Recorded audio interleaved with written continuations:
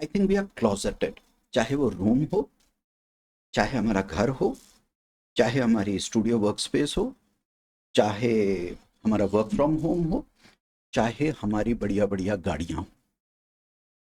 आप एक मोटरसाइकिलिस्ट को देखो, एक स्कूटरिस्ट को देखो, जो अब मुझे अराउंड 40 इयर्स प्लस हो गए हैं टू व्हील्स चलाते हुए। मैं पहले स्कूटर चला, पहले मोपेड चलाते थे, लूना चलाया, फिर है ना, अब ठीक है, अब मोटरसाइकिल चलाते हैं।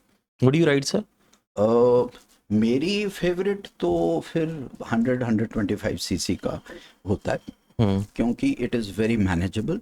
मैंने बड़ी बड़ी बाइक्स भी चलाई हैं, रॉयल एनफील्ड्स भी चलाए हैं, लेकिन जब स्लिप करते हो और मेरा बड़ा मेजर एक्सीडेंट हुआ था नवंबर 24 में। इट वाज वो मेरा रॉयल एनफील्ड क्लासिक के नीचे ही, पेट्रोल टैंक के नीचे ही मेरा पाँव आया था, तो इट गॉट टोटली क्रश्ड। सो हल्की चीज़ चलाओगे तो हल्की चोट लगेगी, भारी चीज़ चलाओगे तो भारी चोट लगेगी, और यही जीवन का भी सत्य है ना। तो डिपेंड करता है आप किस चीज़ में इन्वेस्ट करते हो। सो what I was trying to say, फिर I'll end this answer, कि आप जब बाइक पे होते हैं तो आपका जो पर्सपेक्टिव होता है 180 डिग्री का पर्सपेक्टिव होता है, या 340 डिग्रीज का होता है, या 360 का तो नहीं हो पाएगा, लेकिन at least you see everything, lot of things, है ना। जब आप वाइजर भी उठाते हैं तो एलिमेंट्स, आपको हवा भी लगती है, अगर स्नोफॉल है वो भी आपको महसूस होती है, फॉग भी है, मिस्ट भी है, सब कुछ है। लेकिन जैसे ही आप एक एसयूवी में स्टीरियो लगा के और बिल्कुल एसी चला के आप, हाउ विल यू, ठीक है, आपको ऑप्टिक्स हैं, आपको विजुअल मिल रहा है, लेकिन you are not feeling that moment. आप वो रास्ते को, उस जगह को, उस ज्योग्राफी को, उस वास्तु को आप महसूस हैं। Same thing is with life, है ना। So the moment you disconnect, मैं बार बार एक ही बात पे आ रहा हूँ, the disconnect with the natural world is causing all the problems in our life, ठीक है। There is nothing wrong in being tech savvy. There is nothing wrong being Gen Z. There is nothing wrong in being upgraded, good software, new hardware. Nothing wrong with that.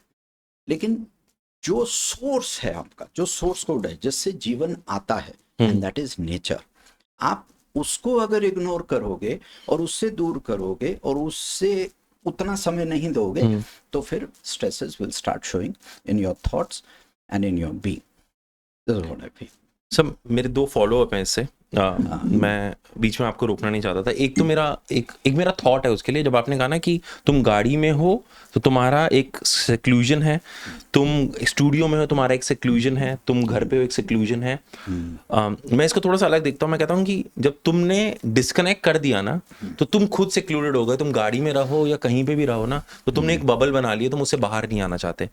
और मैं आजकल के youth के अंदर, अपनी as के लोगों के अंदर, जो 35-40 साल के बीच के हैं, मैं उनके अंदर भी ये चीज देखता हूँ कि उन्होंने एक बबल बनाया हुआ है और उस बबल से वो बाहर नहीं आना चाहते, चाह कर भी नहीं आ पा रहे। अब वो रिस्पॉन्सिबिलिटीज, टाइज, कमिंग बैक, आपने बोला नेचर से कनेक्ट होना है। आप मुझे ना नेचर डिफाइन करेंगे कि नेचर है क्या? मैं सिटी में रहता हूँ, दिल्ली में, मेन सिटी के अंदर। मेरे यहाँ पर सिर्फ पेड़ हैं आसपास, वो भी जो पहले लगा गए थे। अब मैं कोई नया पेड़ नहीं देख रहा हूँ। कोई पेड़ लगता भी है वो जीवित नहीं रहता। मैंने बहुत ड्राइव्स देखी हैं sir, I been part of many drives जहाँ पर मैं वॉलंटियर किया हूँ। मैंने उस पेड़ को ध्यान रखना पड़ता है एक सर्टेन टाइम के लिए, 5 साल के लिए। तो वो चीज़ नहीं हो रही। आप मुझे एक डिफाइन कीजिए, एक सिटी में रहने वाला इंसान नेचर से कैसे कनेक्ट होगा? Let's be very specific. मैं चंडीगढ़ पे नहीं जा रहा। Chandigarh is a very very beautiful green city. मैं बैंगलोर की बात नहीं कर रहा हूँ। लेट्स, हम दिल्ली में बैठे हैं तो दिल्ली की बात करते हैं। हेलो रेखा मैम। अब दिल्ली में कितने लोगों को, 99% लोगों को ये नहीं पता कि one of the most beautiful wild life sanctuaries, सोलह सेंचुरी जो है, वो आपकी दिल्ली में है। लोगों को ये नहीं पता कि आपके more than 6000 very beautiful district parks जो हैं वो दिल्ली में हैं। लोगों को ये नहीं पता कि हमारी कितनी वर्ल्ड हेरिटेज साइट्स जो हैं और हेरिटेज पार्क्स जो हैं, चाहे वो रोशनारा बाग हो, पुटसिया पार्क हो, वो दिल्ली में है। और 55 एकड़ के, 45 एकड़ के, मतलब आपका लोधी गार्डन्स हैं, आपका बुद्धा गार्डन्स हैं, आपके महावीर पार्क है, आपका नेहरू पार्क है, आपका क्योंकि हम एफर्ट नहीं कर रहे। एफर्ट कैसे होगा? आप बच्चे से नहीं expect. See one thing, there are no problem children, there are only problem parents.